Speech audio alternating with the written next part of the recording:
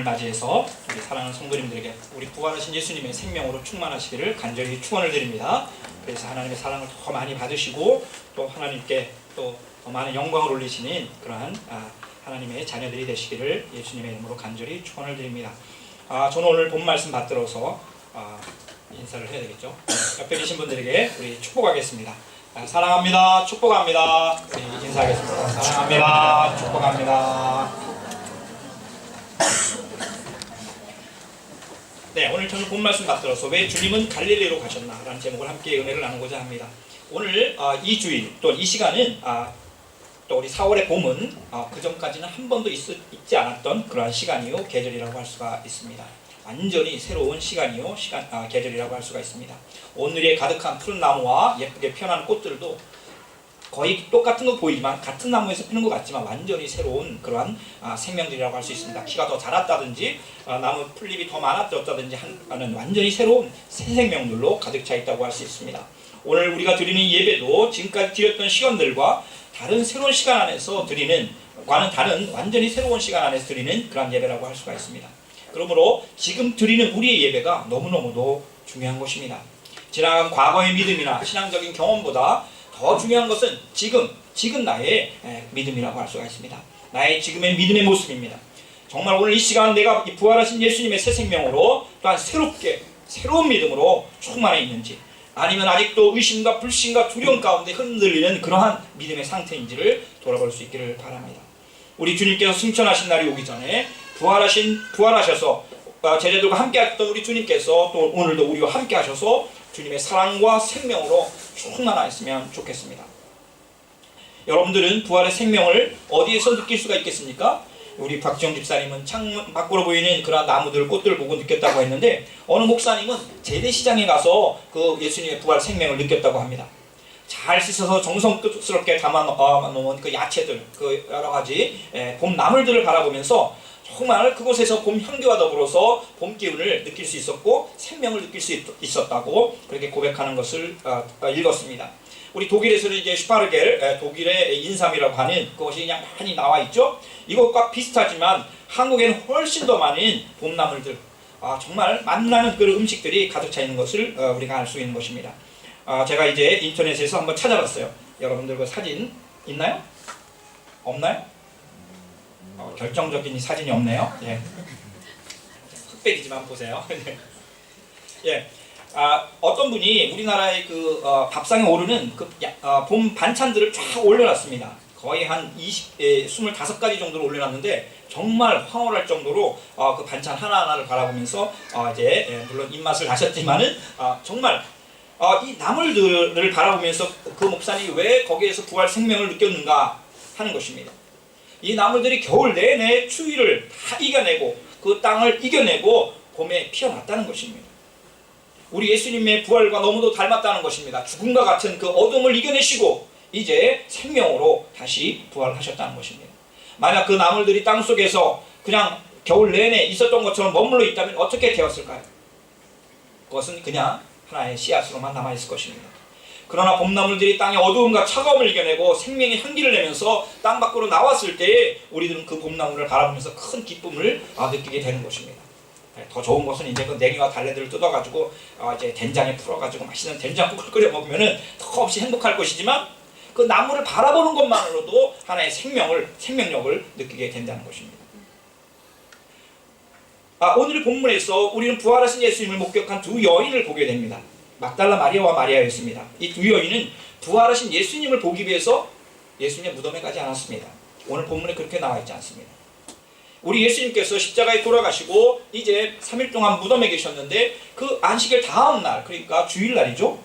우리 지금 말하는 주일날입니다. 그래서 우리가 주일에 예배를 드리는 것입니다. 무덤을 보러 갔는데 우리 예수님께서 혹시라도 이제 그 무덤에 있는 우리 예수님이라도 그리워하면서 거기에 꽃이라도 한 송이 놓고 올 수 있을까 하는 마음으로 아마 새벽에, 사람들이 없는 새벽에 이 두 여인은 갔을 것입니다. 부활하신 예수님을 만나러 가야지 하는 믿음을 가지고 가지 않았습니다. 그런데 깜짝 놀라는 것은 그 여인들이 갔었을 때 예수님이 묻히셨던 그 아리마대 요셉이 기증한 그 아주 큰 무덤에 있던 돌이, 무덤을 막아놓았던 돌이 이렇게 치워져 있었던 것입니다. 그리고 그 돌 위에 아주 번개처럼 빛나는 한 천사가 앉아 있었고 그가 입은 옷은 하얀 옷으로 이제 눈처럼 휘었다고 말씀하고 있습니다. 이건 마치 요한계시록에 나오듯이 바로 영화로운 그 천사의 모습.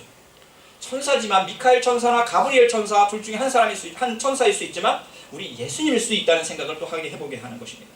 아무튼 이 마태복음 저자는 천사라고 표현을 하고 있고요. 이 천사가 여자들에게 이제 말을 건네옵니다. 두려워하지 말아라. 나는 너희가 십자가에 달리신 예수를 찾는 줄을 안다. 너희들이 죽은 예수를 찾는 줄을 안다. 그러나 그분은 여기 계시지 않다. 그분이 3번이나 예언하셨던 대로 그분은 다시 살아나셨다. 너희들이 와서 그가 누워 계셨던 자리를 보아라. 그 동굴에 누워있던 예수님의 그 누워있던 자리를 보라고 우리 그 천사가 이야기를 했던 것입니다. 두 여인은 예수님의 부활의 첫 번째 증인이 되었습니다. 그러나 아직 부활하신 예수님을 보지는 못했습니다. 이 두려움에 떨던 두 여인에게 천사는 예수님은 그분이 말씀하셨던 대로 부활하셨고 이 무덤에 계시지 않는다고 말해주었습니다. 그분은 살아나셨다. 오늘 이 천사의 말씀은 그가 예수님이 살아나셨다고 하는 그 말씀은 오늘 2000년이 흐른 오늘 우리에게도 유효한 줄 믿습니다. 예수님은 오늘도 살아계셔서 우리와 함께 계시는 것입니다. 그렇습니다. 예수님은 부활하셔서 지금 이 시간 우리와 함께 계신 것입니다. 클라라라고 하는 카톨릭 세례명을 가지신 이 유안진이라는 그 시인이었습니다. 이제 이분이 이제 서울대학교 교수셨고 아주 정말 이제 맑은 시를 쓰는 그런 분이라고 이제 할 수가 있습니다. 카톨릭 출판사에서도 이분의 시집들이 많이 나왔는데요. 제가 젊었을 때 이제 많이 읽긴 했는데 별로 제가 그렇게 좋아하진 않았어요. 우리 나라가 너무나 어려웠기 때문에 이런 맑은 시를 쓸 수 있는 상황이 아니었는데도 이분은 정말 맑은 시를 많이 쓰셨어요. 근데 지금 나이가 들어서 제가 이렇게 이분의 시를 읽으면서 역시 맑은 영성은 정치적인 사회적인 변화 속에서 시가 이랬다 저랬다 하는 것이 아니라 정말 내면 깊은 곳에서 나오는 시가 좋은 시라는 것을 지금 느끼게 되었습니다. 근데 오늘 이분이 쓴 신앙의 시 중에 내 믿음의 부활절이라는 시가 있습니다. 내가 고백하는 부활절. 오늘 이 시간 우리 사랑하는 성도님들이 고백하는 예수님에 대한 부활의 그 의미가 있어야 되는 것입니다. 내가 경험한 부활절, 내가 믿음으로 고백하는 부활절의 의미가 있어야 하는 것입니다. 이 유한진이라는 시인이 쓴 내 믿음의 부활절이라는 제목의 시를 한번 읽어드리겠습니다. 지난 겨울 얼어 죽은 그 구루터기에도 새싹이 돋습니다. 말라 죽은 가지 끝 굳은 흰눈에서도 분홍꽃잎 눈부시게 피어납니다. 저 하찮은 풀포기도 거듭 살려내시는 하나님, 죽음도 물리쳐 부활의 증거가 되신 예수님,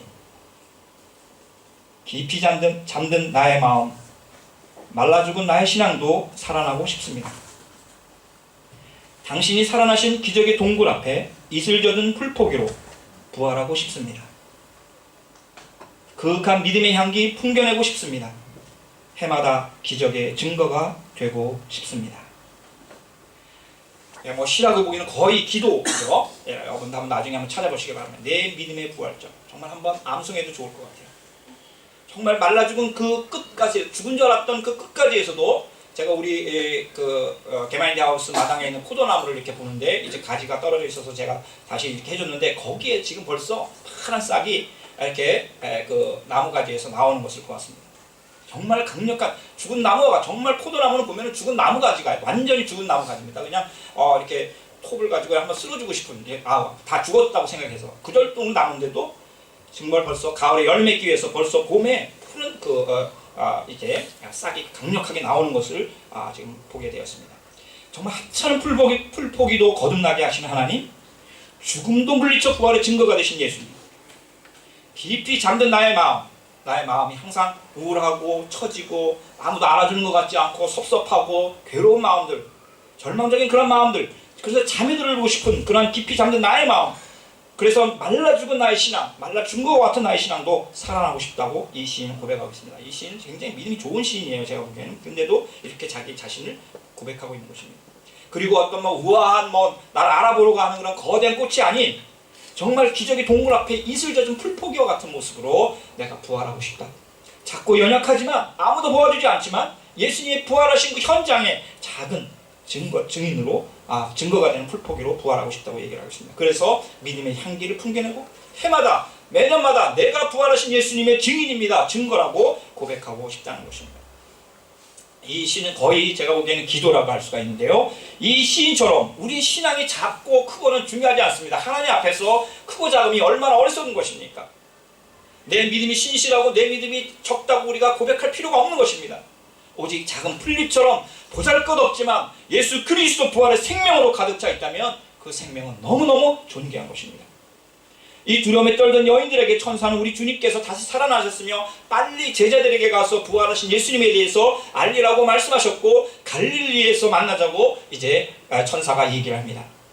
제자들 아마 역시 그 상황 속에서 마가의 다락방에서 숨어서 두려움에 떨고 있었을 것입니다. 제가 오늘 본문 말고 마가복음 16장 말씀을 가지고 이제 설교를 준비하려고 했는데 아무리 제자들이 너무 초라한 모습으로 있었습니다. 너무 두려움에 떨고 있었던 그런 제자들의 모습이었습니다. 아마 다음 주에 제가 다음 주에 설교로 이제 준비하려고 하는데 11제자는 두 여인들보다 더 무서움과 두려움에 떨고 있었습니다.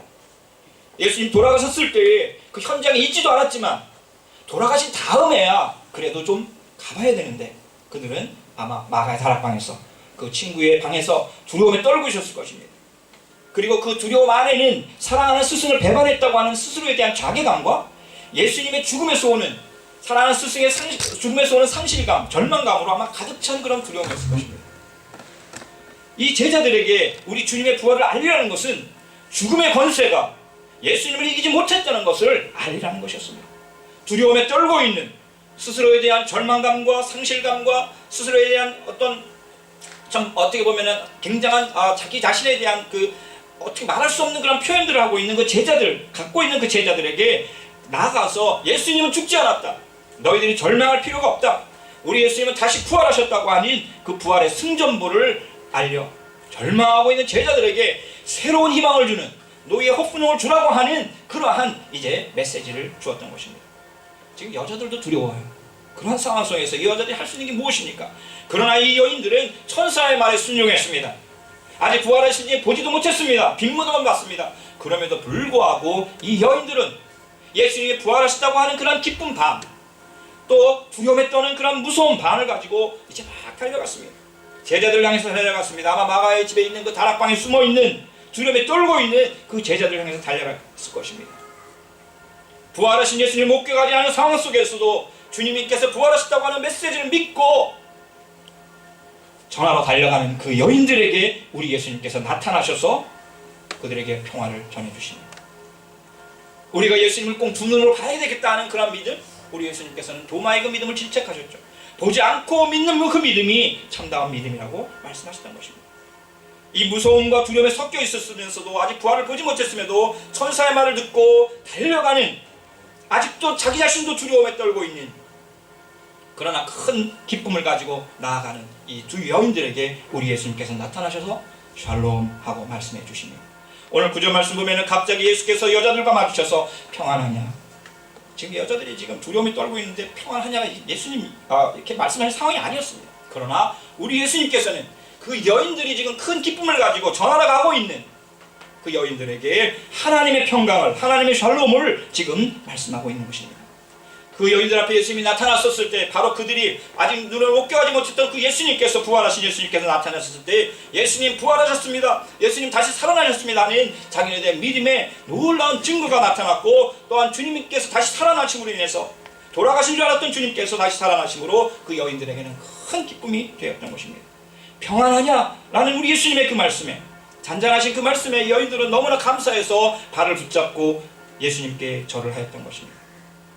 우리 예수님의 평강이 이 두 여인들에게 임하였고, 이 여인들은 이제 다시 갈릴리로 가자고 하는 그 말씀을 전하기 위해서 제자들 향해 나갔던 것입니다. 오늘 우리들의 모습 속에서 이 두 여인의 모습이 또한 우리가 중첩되는 것을 보게 됩니다. 그러나 이 두 여인들이 가지고 있던 바로 그 담대함, 두려움 가운데서 큰 기쁨을 가지고 부활하신 예수님을 전했던 것처럼 우리들이 예수님을 전하는, 나는 믿음이 없습니다, 부활하신 예수님에 대해서 나는 아직 두려움과 큰 기쁨 반반입니다, 주님 나의 믿음이 적습니다, 그럼에도 불구하고 하나님께서 말씀하셨던 성경에 기록되어 있고 성령께서 내 양심을 통해서 말씀하시니 우리 예수님 부활하셨습니다, 내 믿음은 적으나 부활하신 예수님을 증거할 때에 우리 부활하신 예수님께서 우리를 만나 주실 줄 믿습니다. 그리고 평강의 놀라운 샬롬을 우리에게 말씀해 주실 것입니다. 부활하신 예수님을 경험하지 못하면 우리들의 신앙은 늘 죽은 믿음에 머물 것입니다. 오늘 본문에서 마지막으로 부활하신 예수님은 왜 성전이 있는 예루살렘으로 가지 않으시고 갈릴리로 가시겠다고 말씀하셨을까요? 갈릴리는 예수님의 고향 나사렛 지역이었습니다. 그리고 오랫동안 종교적으로 소외당하고 무시당했던 지역이었습니다. 아시리아라는 나라가 와서 사마리아 지역에 있던 그 갈릴리 지역을 다 점령했기 때문에 유대인들은 그 지역을 굉장히 무시를 했습니다. 그러나 예수님께서는 그 갈릴리 지역을 사랑하셨고 바로 그 사역지로 삼으셨던 것입니다. 그곳에서 산상수훈을 말씀하셨고 천국복음을 전파하셨습니다. 그곳에서 오병이의 기적을 행하셨고 죽은 자들을 살려내시고 중풍병자를 고치시고 수많은 사랑의 사역들을 이적들을 행하셨던 곳이 갈릴리 지역이셨습니다. 바로 그곳에서 우리 예수님께서는 많은 사람들에게 당신의 부활을 먼저 알려주시기를 원하셨던 것입니다. 왜 그랬을까요? 바로 우리 주님의 부활, 구원의 완성이 그동안 주님께서 말씀하셨고 전하셨고 가르치셨고 치유하셨던 그 모든 것의 완성이 예수님께 부활에 있다는 것을 알려주시기를 원하셨기 때문입니다.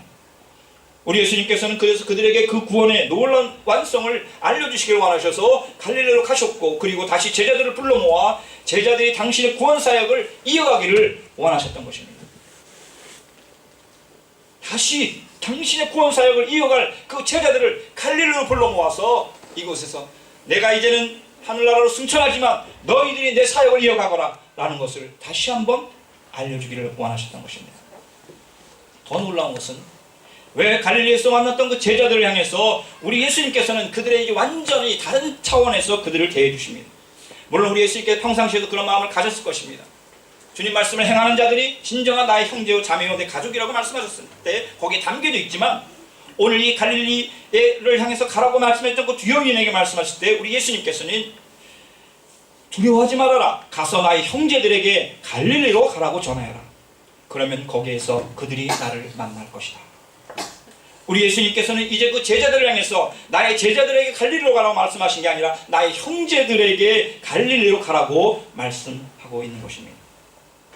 부활하신 예수님 만나주실 그 제자들은 이제는 제자들이 아닌 주님의 형제들로서 주님을 대신하여서 주님의 모든 사역들을 감당해내고 주님의 사랑을 실천하고 죽기까지 주님을 사랑할 수 있는 그러한 형제들이 되었다는 것을 의미하는 것입니다. 갈릴리로 가리라. 갈릴리로 가리라. 저는 우리 교회가 갈릴리와 같은 교회가 되기를 소원합니다. 바로 지금 이곳에서 예배를 드리는 사랑하는 성도님들을 향해서 부활하신 우리 주님께서 나의 형제 자매들이라고 불러주시라 믿습니다.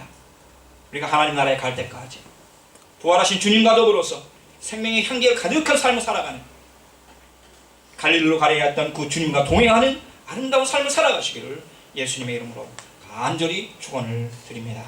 아멘. 존귀하시고